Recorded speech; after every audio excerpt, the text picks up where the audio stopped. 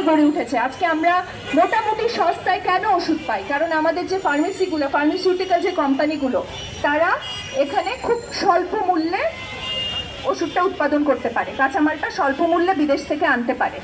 আপনি দেখেন মার্কিন চুক্তির মধ্যে এমন ভয়ঙ্কর কিছু ধারা উপধারা আছে যেগুলো বলছে যে বাংলাদেশ বাধ্য থাকবে এই কাঁচামাল যেটা আমরা নিয়ে আসি বাইরে থেকে ওষুধ উৎপাদনের জন্য, সেটার জন্য আমাদেরকে ফাইন দিতে হবে, ফি দিতে হবে। যেই কোম্পানির থেকে আনবো সেই কোম্পানিকে একটা চড়া মূল্যে আমাদেরকে, এটাকে বলে প্যাটেন্ট ফি, মেধাস্বত্ব, এই প্যাটেন্ট ফিটা দিয়ে আমাদেরকে ওষুধের কাঁচামাল আনতে হবে।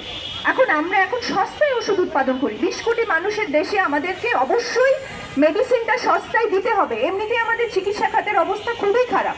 সাধারণ মানুষ চিকিৎসা করতে গিয়ে তারা ফকির হয়ে যায়, ফতুর হয়ে যায়।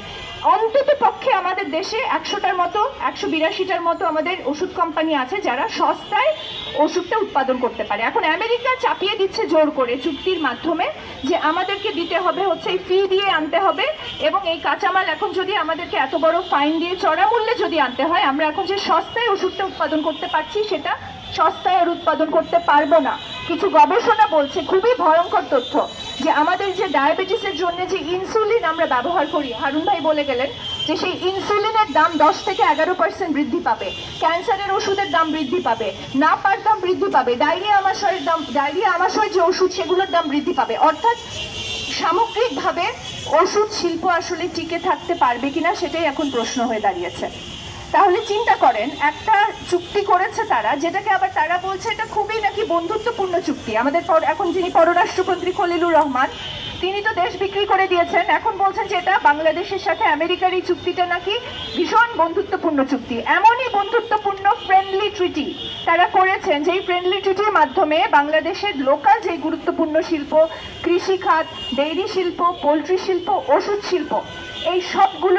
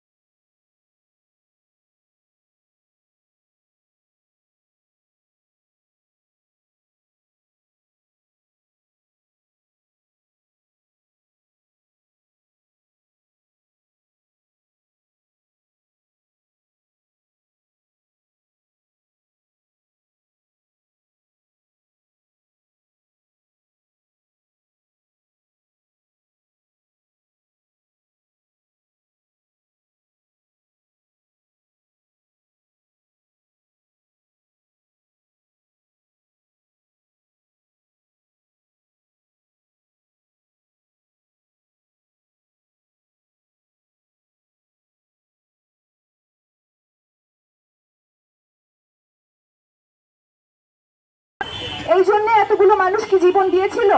আজকে যখন আমরা দেখতে পাচ্ছি যে এরকম একটা চুক্তি, সেই চুক্তিটা জনগণের সামনে উন্মোচন করা হয় নাই, পার্লামেন্টে আলোচনার তো প্রশ্নই ওঠে না, এখন সংসদ অধিবেশন চলছে, এখনো আলোচনার কোনো ধরনের আমরা দেখতে পাচ্ছি